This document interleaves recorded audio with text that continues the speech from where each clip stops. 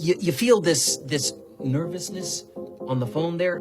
Sir, I've been trying to make an urgent phone call up there. Well, I don't think it's something I want to do on an overseas phone.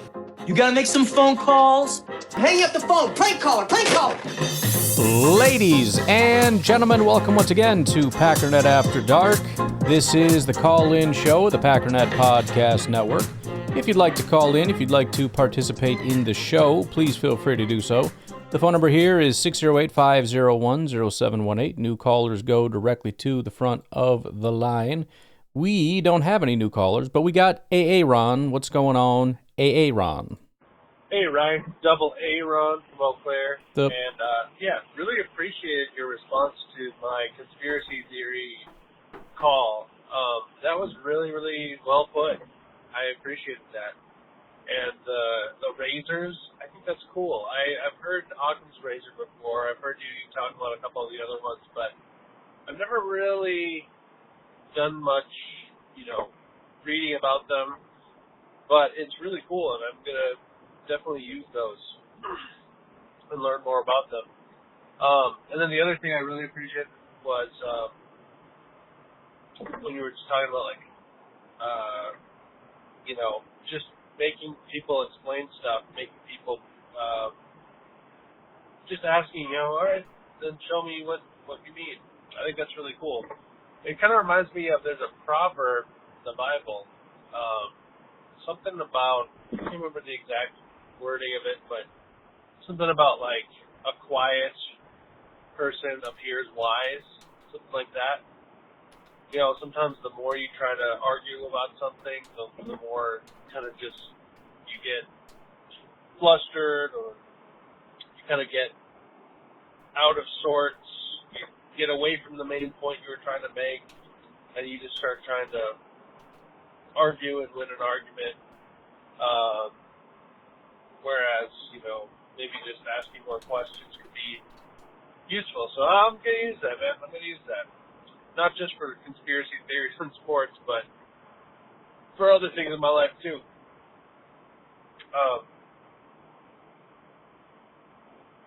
So I appreciated that. I think a lot of what people bring up for their quote-unquote evidence is stuff like betting. They're like, oh, well, it's such a big money-making industry that, why wouldn't they control the betting market or whatever? And that's one of those things where I'm just like, well, that's not really, like you were saying, that's really not evidence. That's just your hypothesis that because there's a lot of money wrapped up in it, they're going to want to control every aspect of it. Yeah. I guess my argument to that, not that I like getting into arguments, I usually just leave it alone if someone brings it up, and I don't really talk to them about it because I'm like, I don't want to talk about it. But if I were to engage them, I would probably say, well, they're making money no matter what. People are making money, the casinos or the actual gambling companies are making money no matter. 3 minutes, got him. We'll get to the second part in a second. The only thing I would add to what I had said before is, as far as asking questions and all that, probably an additional thing to keep in mind is, rather than just having it as a tool to make people seem stupid, because that's ultimately what it's usually going to do, actually be open to the idea that they're right. So it's a real simple process of, okay, this is what you're claiming. I'm going to sit here. Behind me is a giant tower of data that needs to be filled before I'm willing to accept what you're saying. Please feel free to fill me in. And then let them do it. And, especially with the help of AI, it's so easy to engage with ideas and interact with. I'm telling you, my ability to learn new things is grown exponentially, and even helping me flesh out ideas. I'll listen to debates or different ideas or whatever, and sometimes I'll even get stuck, and it's like, it seems easy, but I don't know how I would actually do it. So you just lay it out. Just be like, look, I'm kind of struggling with this. Why is this a virtue or a value, or why is this good or bad or whatever? And even if it's an absurd idea, sometimes we struggle to explain even the simplest things. I've learned that a lot, especially having kids. They'll ask you simple stuff, and you're like, come on, man. I mean, freaking duh, obviously. It can be helpful. Not always. You don't have to chase every single rabbit down its hole, but it's not a terrible idea to really fully flesh out why you do or don't believe something. So there's a giant conspiracy that's taking place, this, that, or the other. Okay, fine. What is your... Okay, this. All right.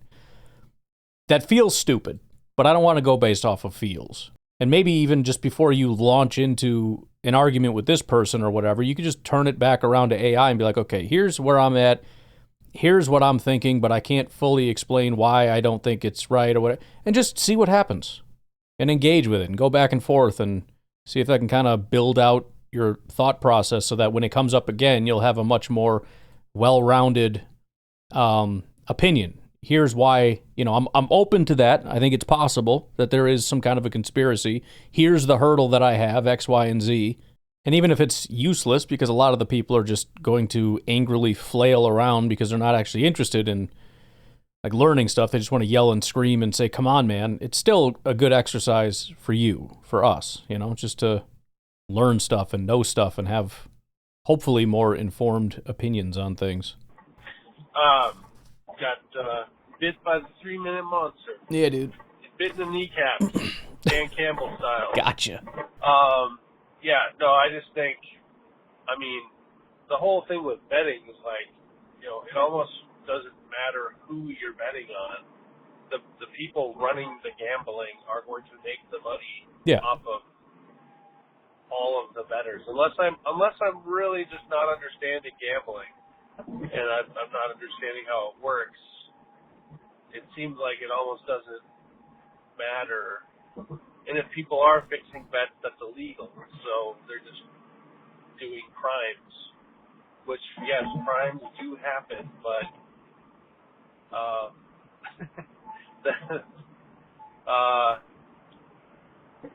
that's kind of a subsection of the population that does those kinds of things. Well, and like I said, and I don't know specifically if this is exactly what you're addressing or whatever, but as far as, they're rigging it for the Chiefs to, because Vegas always wins or whatever. And it's like, well, if the idea is that they always keep betting on Vegas, but then they always need the refs to make sure that they win, then it sounds like they're constantly making wrong bets and then just constantly having to pay off referees to make sure that it happens so that they end up winning their bets. Why don't they just bet on somebody else and stop propping up the wrong team all the time? Doesn't really make sense to me. Why do you just continually arbitrarily pick this random team? And you're obviously wrong a lot because you need the refs to fix it for you. Or, if it's the refs doing it themselves, why do they keep betting on the Chiefs? I don't understand why they're doing it. Why don't you pick a different team? And you think it'd be easy once the scrutiny starts, you would start picking other teams and then just pushing in that direction. You'd be like, I don't know what you're talking about, dude. All the calls went against the Chiefs this time. It's crazy. You know what I mean? Like, I can't wrap my head around why you would do that. It's like you said, it's just a statement that maybe sounds appealing to some people, but I don't understand what it means.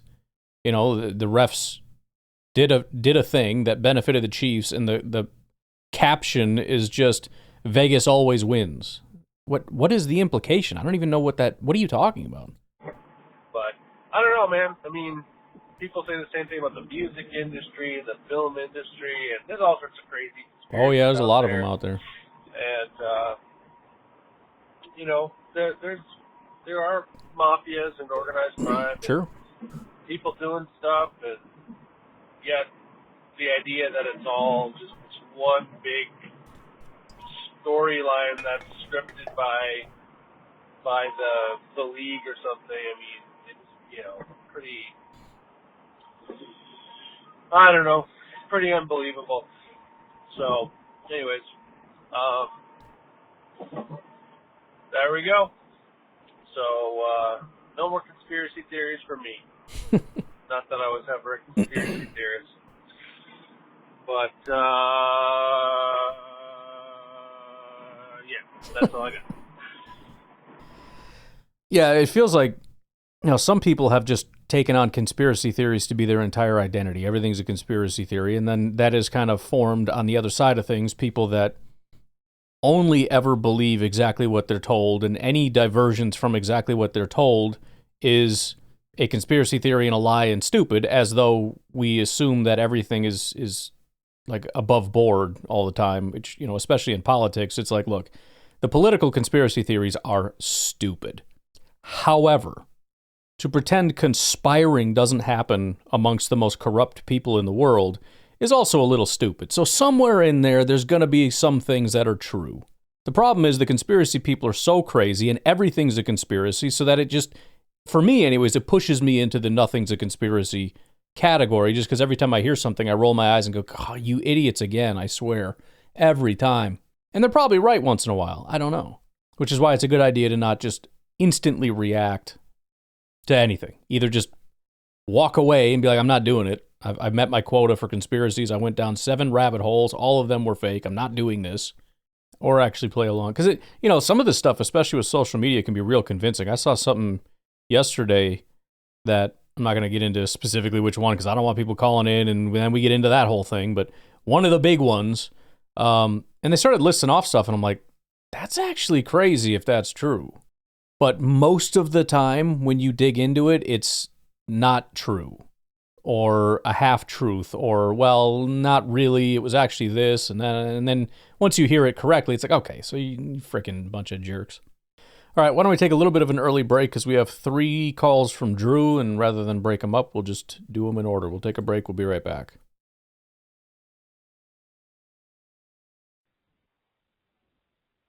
Hello. Oh, nope. I think you told me about that. The first one's messed up. Here we go. Hey Ryan, it's Drew from Green Bay.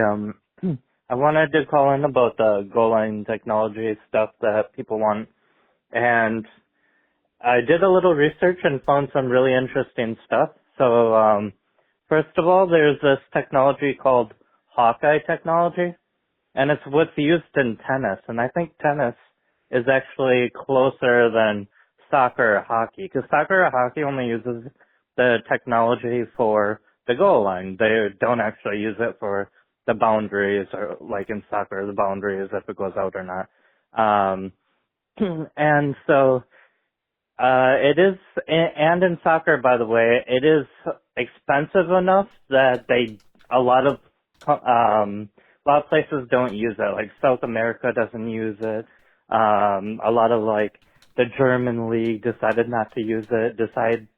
But even though one of the companies is German, they still decide not to use it. It was like, I think they said it was like $250,000 to $500,000 to implement, and that was too much for them, even though they're making like hundreds of millions of dollars.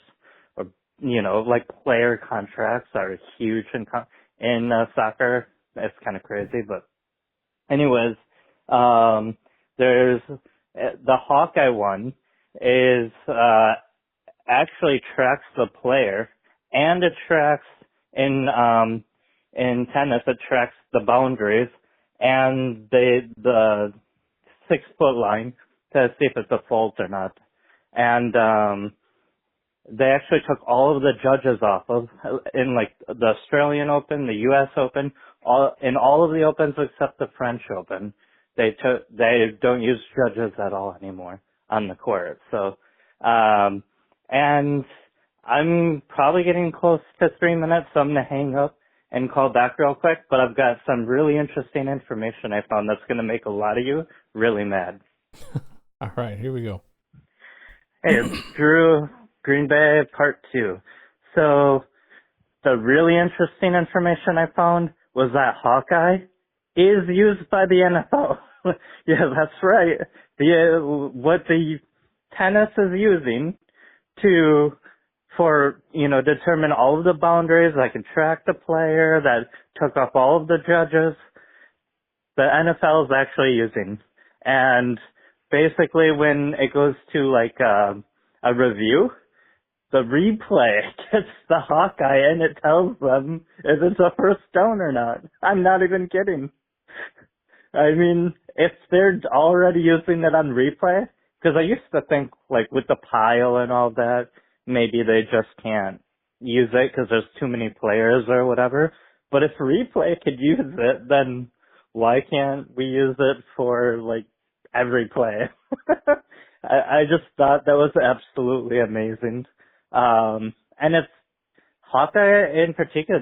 I think they're saying it's like $100,000 to implement at a stadium. Like it's not even that much. It uses over 300 cameras.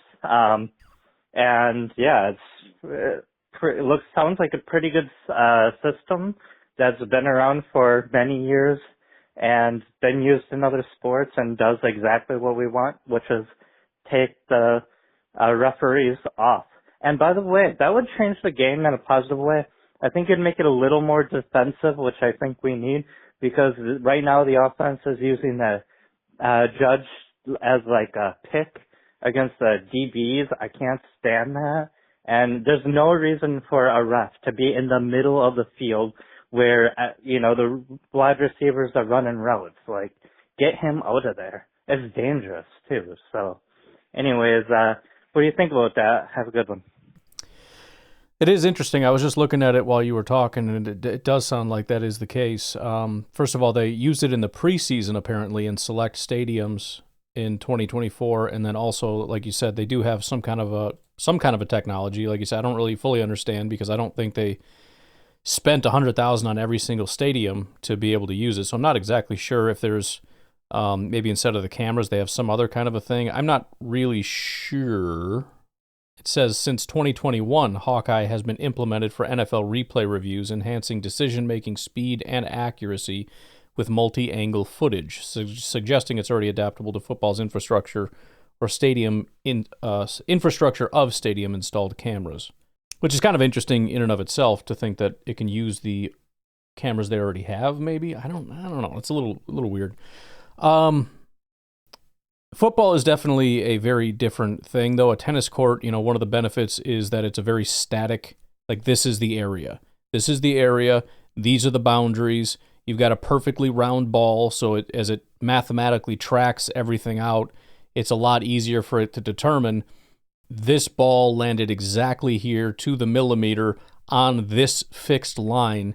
I think tennis only uses 10 cameras, and they just have them around this little area. There's nothing in the way. There's no one in the way. There's no obstructions, nothing. Football is a much bigger issue. Number one, because there is no physical line marked on the field for a first down.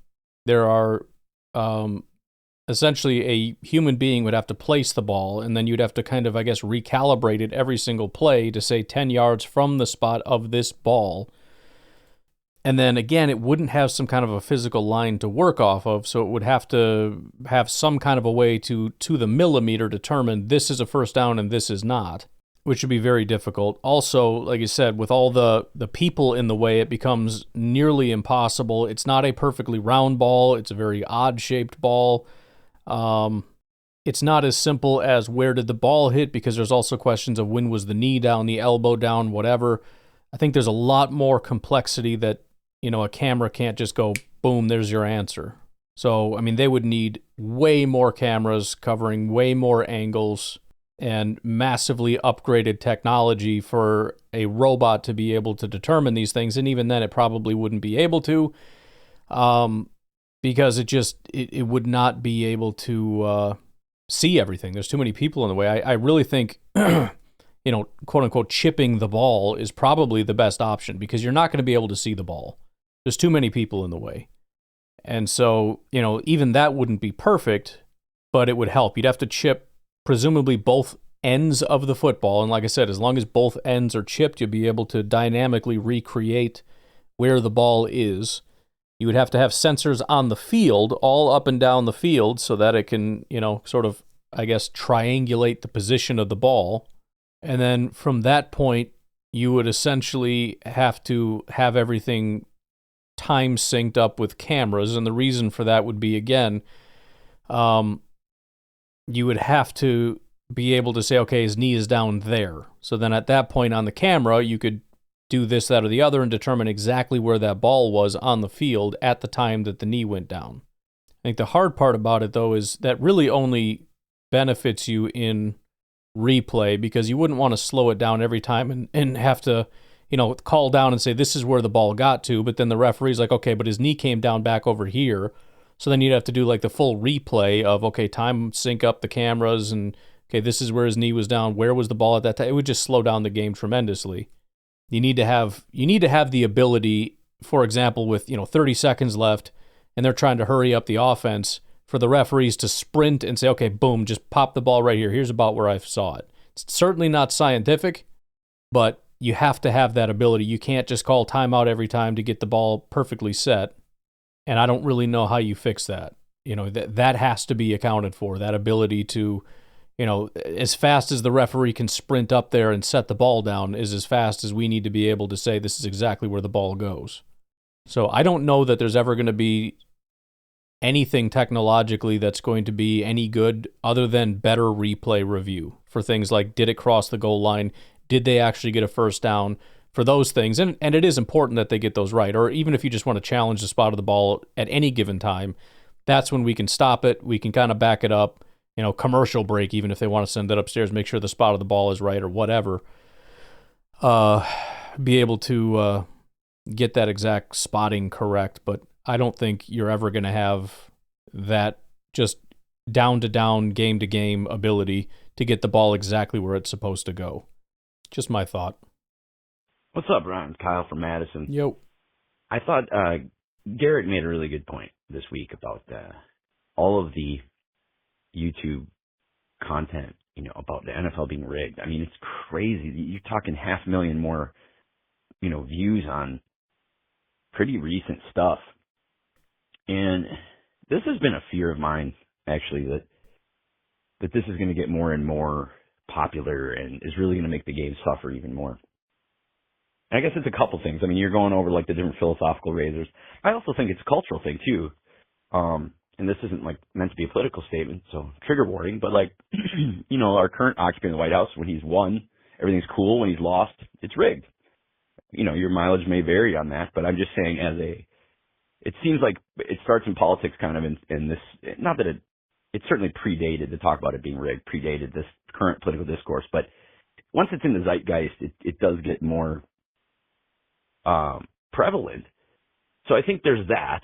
But I also think the structure of social media really uniquely incentivizes this type of conspiracy peddling for football. Because, if let's say you're a Chiefs podcast, now this year's not a great example, but in the past 2 years, if you're a Chiefs podcast, you're going to slowly, I guess Chiefs podcasting has been pretty good business lately. Maybe it's a bad example, but there's only going to be one team that wins it all, and everyone else is going to be angry and upset. And so, like, the way that the algorithm kind of rewards these channels is it's a much better profit motive for you to rail against the field than talk good about your own team. You know what I'm saying? Like, if you had a podcast where you slammed every team in the NFL periodically, it would probably pay better. The thing that what I think that this whole rigged thing does in regards to social media is it allows me to slam every team, but simultaneously I can inoculate myself from talking bad about your team. Because it's not your team. It's rigged against your team. You know what I'm saying? So I get to have all 32 fans watching my videos, but I'm not insulting any of them. Because, it's not their fault. It's the NFL.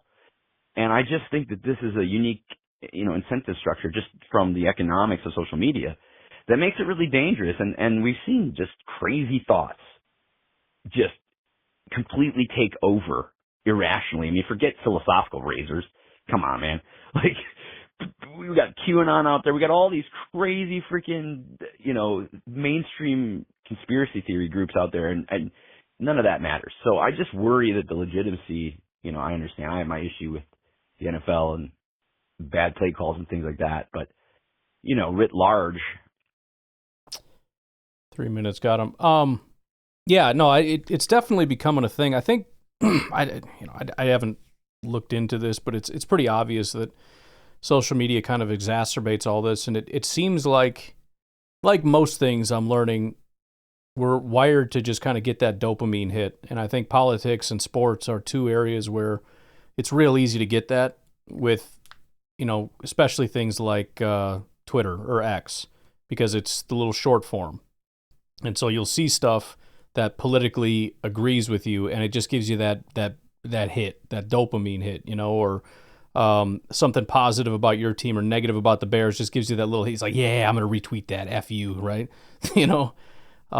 And like I said, as far as like the razors and whatnot, obviously that's not something that's going to permeate because it doesn't fit the algorithm. I'm more or less just talking about for those interested in breaking out of that cycle and actually being a more thoughtful person and how to interact and in a way that is, whether it's actually turns into an engaging conversation, which I'm sure it won't, is somewhat beside the point. It's more how should you handle yourself and how to navigate that stuff as opposed to getting sucked in, I guess, to just kind of keep yourself grounded a little bit better, and not I don't know. Yeah, I guess just as kind of a foundational, like this is how I approach these things, because yeah, you can get super sucked into this stuff.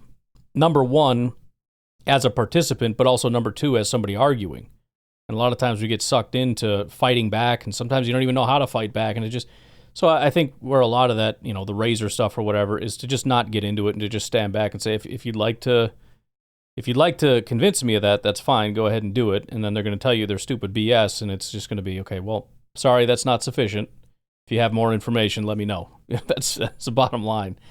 Because most people do not have it. Now, occasionally somebody might, and that could turn into something a little bit more interesting and something that if you feel like it, you can dig into.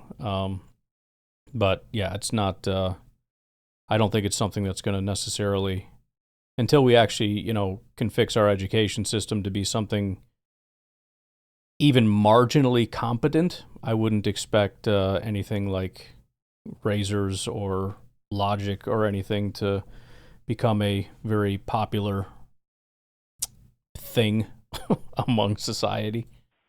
Sorry, 3 minutes got me there, but just to put a bow on that, I'm worried that just the pure economic incentive of the way social media is structured is going to contribute hugely to the downfall of our favorite team and our favorite sport, just because of the incentive.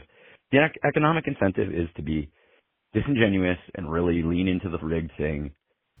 And you go on YouTube and it's like, the stuff is just, and the more it grows, then the more it will breed more channels like this. And I'm just worried that this is just going to take over.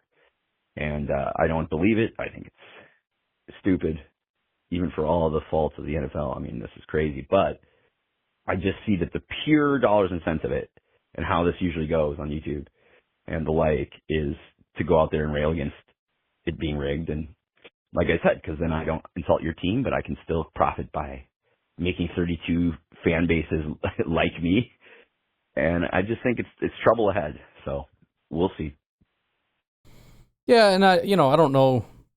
I mean, rigged is just kind of a smaller microcosm of a bigger issue, which is, as I said, just people wanting to hear what they want to believe already, and that's already in full swing. You go into, look at the Justin Fields thing. Was there a single Bears fan that thought Justin Fields wasn't a good quarterback? No, there wasn't. Why? Because it's the most rational belief system? No, it's because that's what they wanted to believe, and it's what they wanted to hear in the Chicago Bears media, whether it's social media or print media or YouTube or any other kind of media. They were willing to give them exactly what they wanted. So it's not even just social media. I mean, media does this as well. They feed. This is where all the negative media stuff comes from. It's because that's what people want. It's what's going to have people click on and stay watching. And so, that's why I think social media is going more and more to short form. Like, the long form YouTube isn't quite as popular as like TikTok, and even YouTube has like the shorter stuff. Why? Because people don't want to spend 20 minutes learning stuff. They just give me that quick hit, that boom, that tell me what I want and make it fast. Caleb Williams is going to be a Hall of Famer. Say that in 30 seconds and I'm good, man. 30 seconds or less, And then I flip on to the next one, you tell me again and again and again, and the Bears are going to win the Super Bowl, and the Bears are going to do this, and our new head coach is going to be great, and just keep feeding me that. And that's why when you see people on social media, it's like, how do we live in different universes? I don't even understand. Like, I thought everybody knew this. It's, politically is very obvious example of this, where if you're on the left or the right, you have a very fully formed idea, and you feel like everybody kind of is on the same page and is getting the same news and is understanding the same things, even if we have different perspectives on it. And then you come face to face and you're like, what? Like, what?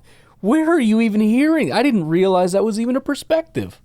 It's where the bubbles come in, But yeah, I mean, and we can blame social media if we want, but really everything, whether it's social media or any other thing, it's reflecting us. They give us what we want, and this is just the way we are, And so we can either be a people that give people what they want, or we can be a people that, try to manufacture what's best for everyone, whether you like it or not, and force people to live in their little sterile boxes of, well, this is bad for you, and that's bad for you, and you can't do this, and you can't look at that, and you can't touch that.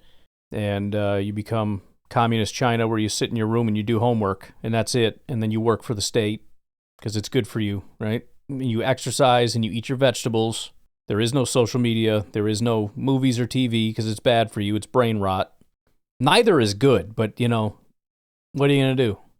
Either give the vile beasts what they want or cage them. Those are your options. All right, we'll take a break. We got Randy in Minnesota. Hi, Ryan. It's Randy from Minnesota. What's up? Was just listening to the podcast today about the conspiracy theorists.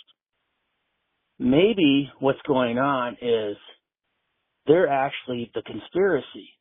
The NFL wants to put this out there, all these conspiracies, to keep them in the news cycle now that the season's over.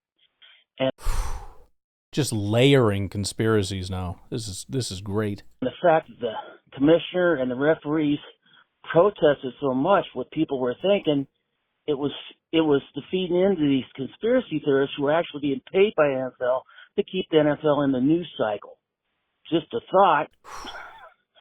Anyway, and then when I heard about the new rules, especially for scheduling, NFL, please don't tell me that what you do is for the fans.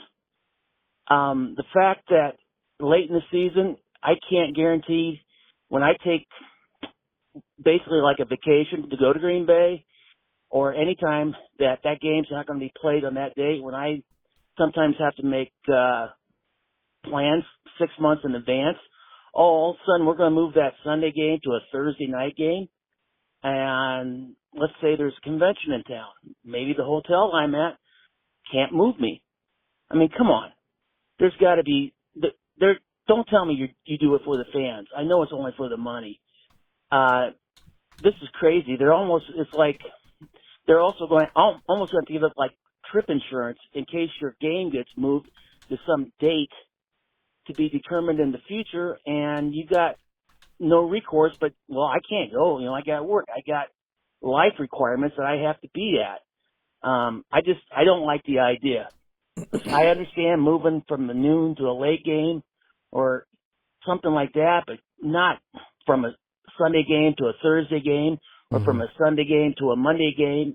It makes it so hard on fans who travel from out of state to go to the games and be, pretty much assured that game's actually going to be played on that date when you make all the arrangements. And it's fairly expensive to do this. And I don't know, maybe it's just me that thinks like that, because we do travel a lot to Green Bay for games, and I've had it moved to me from an early game to a late game. That's no big deal. But I don't know. Anyway, I'm just ranting now, so have a good day. Love the show. Thank you so much for keeping me occupied during the off season with your content. Goodbye. Yeah, I mean, especially, I don't think about it from that perspective because I don't really go to games, but it is a very good point, obviously, especially if you're a fan of a really good football team. I mean, I guess even if you're a bad football team, because then you get flexed out of stuff. But if you're a really good football team and all of a sudden you're on like a Sunday at noon and like, oh, we got to flex that. And you're constantly getting flexed because you're such a good football team and we want to put you in prime time. It gets to be freaking annoying. I don't know how the NFL handles that. Do you just get a email saying, sorry, screw you, your date has been moved. Hopefully you can change your thing. Can you get a refund? I would assume they would have, although how do you get a refund if it's on like, it's not the NFL that's issuing you the ticket? Maybe you could go back to the NFL for a refund of a ticket that you bought on Ticketmaster or something. Ticket King. I don't know. I don't know how that works. Could look it up. I'm just feeling super lazy right now. I did a whole bunch. So Grok, the XAI, just dropped their thing. So I've been on that all day. Tomorrow's podcast, we do the mock draft thing, and I do a ton on there. Plus, I've used it already to answer a couple different questions. So I'm grokked out right now. But no, that is very annoying. And you're right. It's are you doing it for the advertisers? I mean, you could say you're doing it for the fans because you want to put a better product on TV in prime time so that the fans are more interested. But obviously that has to do with ad sales. You want as many eyeballs on it because it's a prime slot and you want to make sure that it has really good ratings. I don't know. There's got to be some kind of a creative solution, you would think, to that problem. I couldn't tell you what it would be. All right, fine, let's look it up. So your tickets are still valid, which I would assume. There are no automatic refunds. Standard NFL ticket policies across most teams state that game times and dates are subject to change due to flex scheduling. Refunds aren't typically offered just because the schedule shifts. Reselling is an option, but obviously that's super inconvenient. There's travel complications. The NFL doesn't compensate for that. Yeah, so I mean, it kind of similar to what you're saying. It sounds like the solution is we're doing it, screw you, right? We put it in the fine print, so what are you going to do about it? You can't sue me. One of the things that Grok is supposed to be good for is kind of thinking outside the box, so let's find out. Here's some creative solutions. I don't hate this, actually. Flex insurance option. Kind of like when you buy a hotel, you can pay a little extra if you think you're going to have to change your dates or whatever.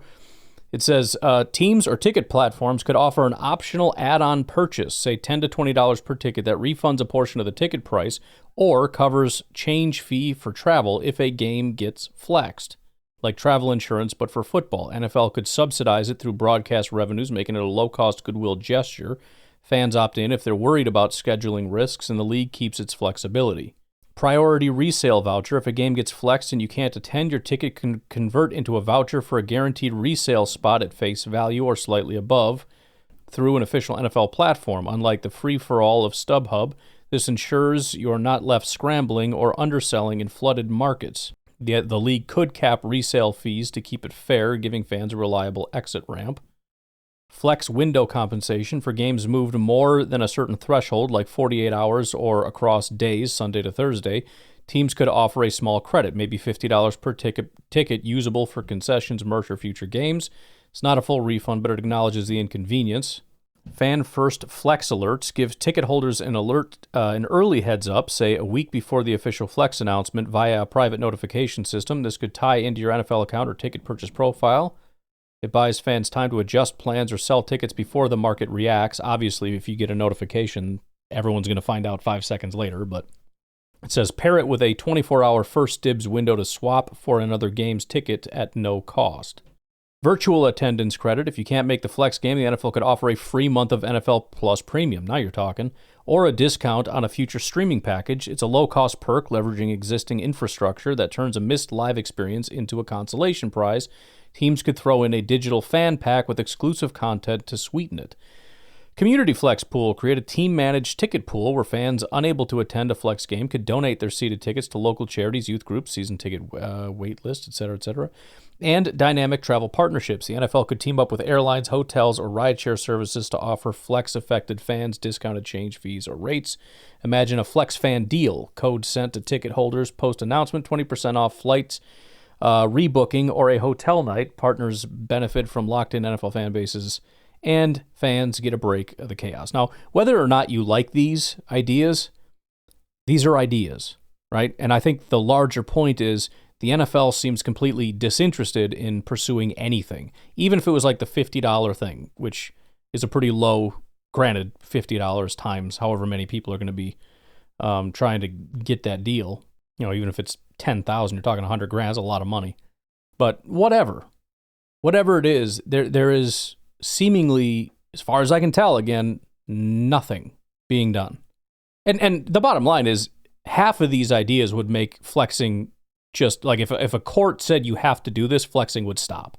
Because the bottom line is, again, this is not about making it a more worthwhile experience. It's about making more money. And as soon as we offer these packages, some of them anyways, whether it's, you know, offering free Sunday ticket or $50 thing or whatever, suddenly the financial incentive is lessened or gone entirely. And now you're looking at potential for lost revenue as a result. I mean, not overall, but comparatively, however much we thought more we were going to make from flexing it was just diminished. And so we're just not going to do it anymore. And that's probably the reason. But I still think some of these are a decent idea. I think the flex insurance option makes a lot of sense because you're putting the onus on the ticket buyer to essentially pay for the cost of you know, the whatever it would cost us whenever we flex. X amount of people are going to say, you know, I want to, you know, sell my ticket or whatever. I want you to take this ticket back. Well, however many people bought the insurance across however many games that were not flexed, kind of, it'll, you know, work out.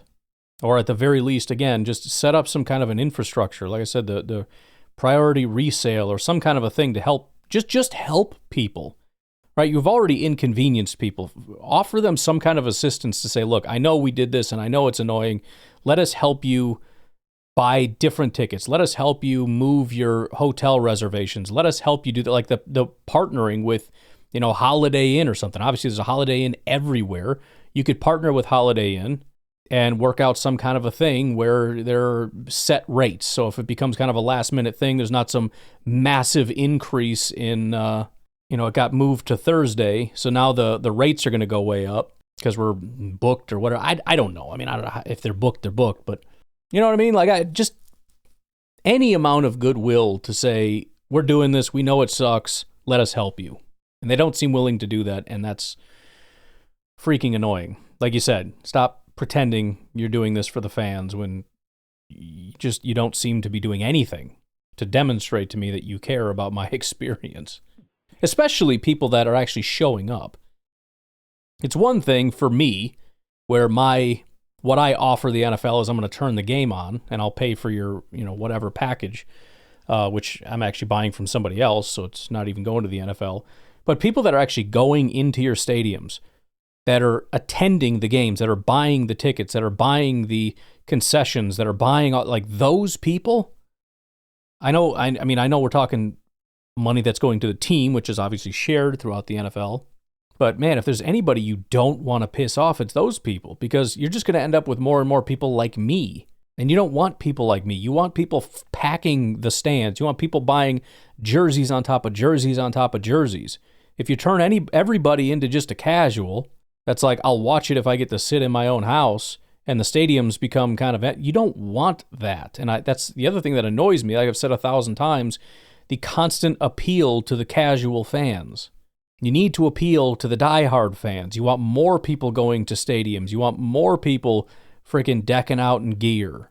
And when you have people buying up tickets and then you piss them off and you move the games, they're just going to say, I'm not doing it anymore. It wasn't worth the hassle last time, so forget it.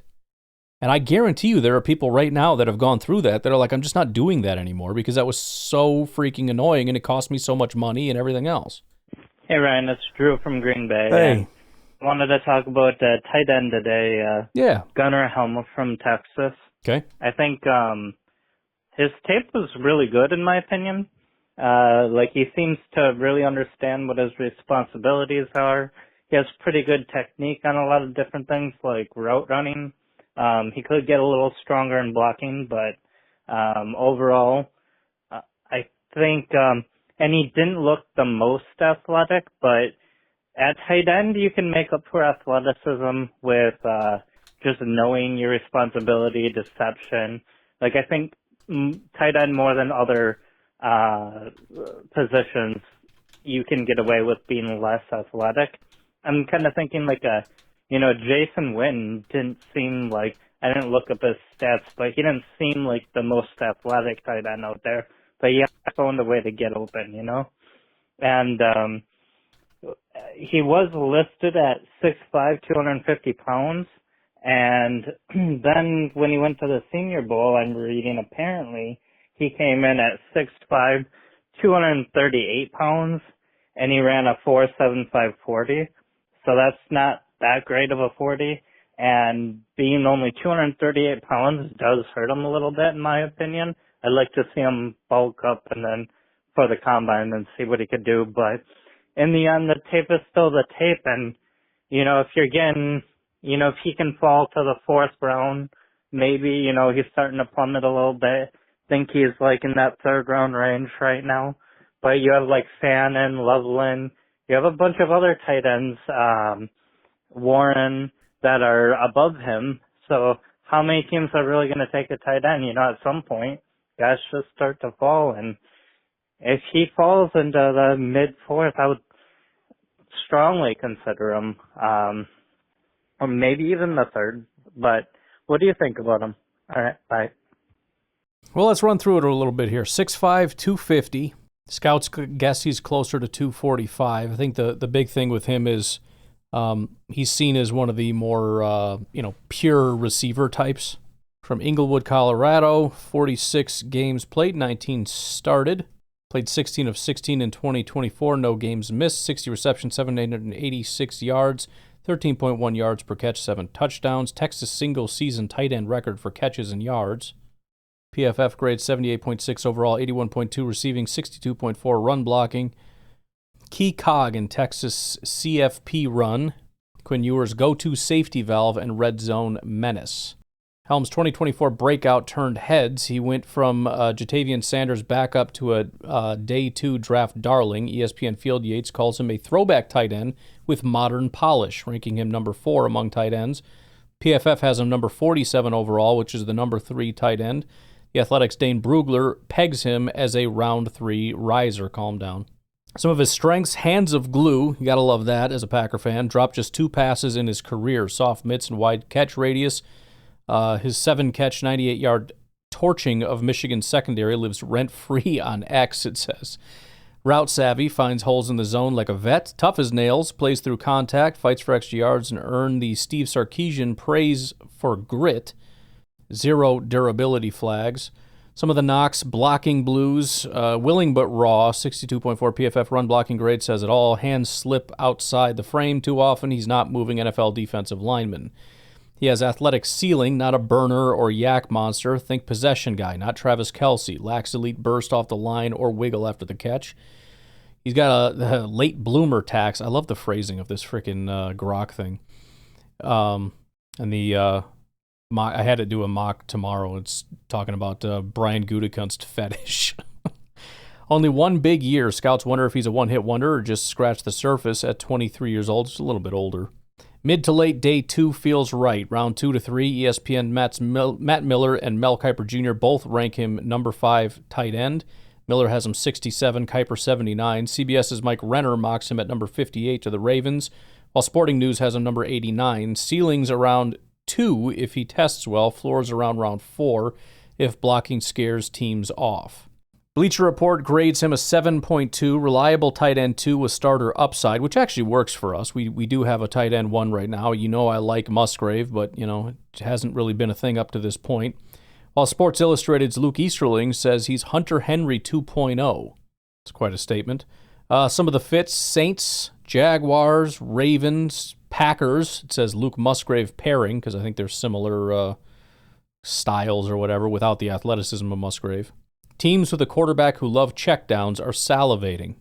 Longhorn fans scream underrated. Helm's a dog. Stats don't lie. Draft Twitter debates him versus Colston.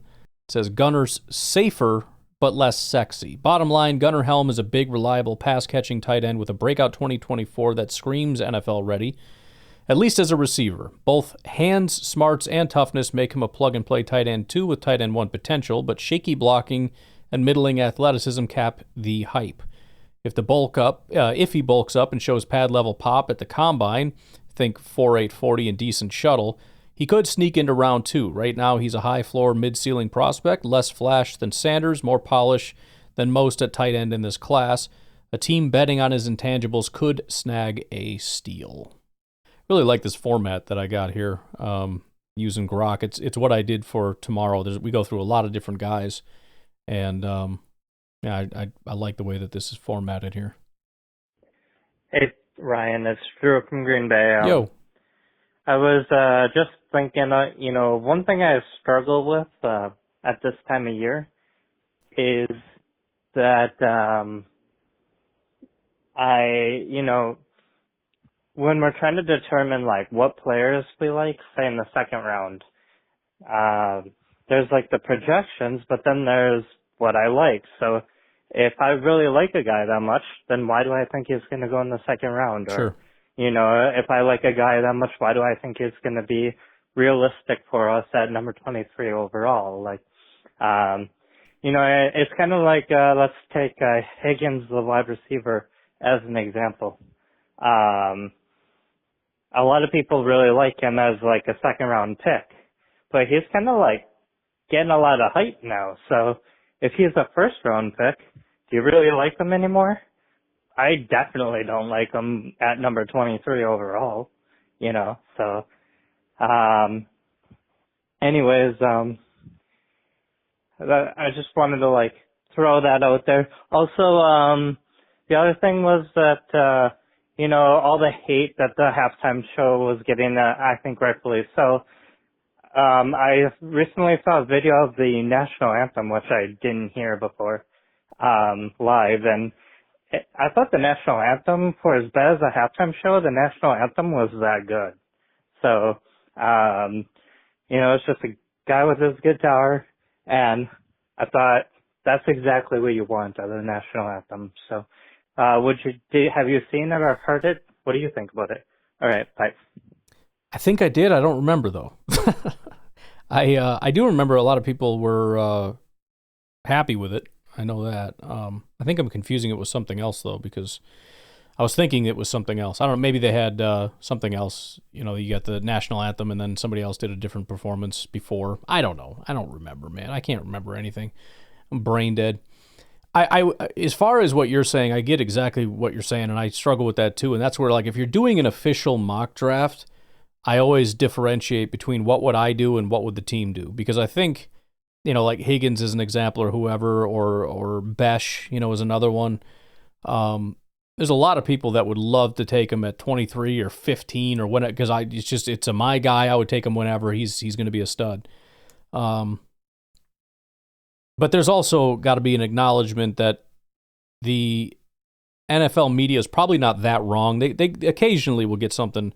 Somebody will go earlier, especially people will fall into the second round or whatever, but probably not, right? So usually I would kind of look at it and say, I would take them in the first round, but it doesn't sound like they're going to be there. So certainly would take them in the second. It becomes difficult because I would never take anybody else in the second, because I would take this guy in the first and he's always available in the second, so, but yeah, I mean, there's nothing wrong with it. I mean, it's somebody that you really, really like and you really, really want, and just put it in your back pocket and be excited about it and hope that the Packers get them later than you think that they should. And then if they do end up taking them in the first, then you can be the one person that's excited about it, because the Packers like taking those mid-second prospects in the first round, and everyone else will throw a fit that we reach too early, and you can sit back and go, nah, dude, nah, I'd have taken them at 10. You shut your mouth right now.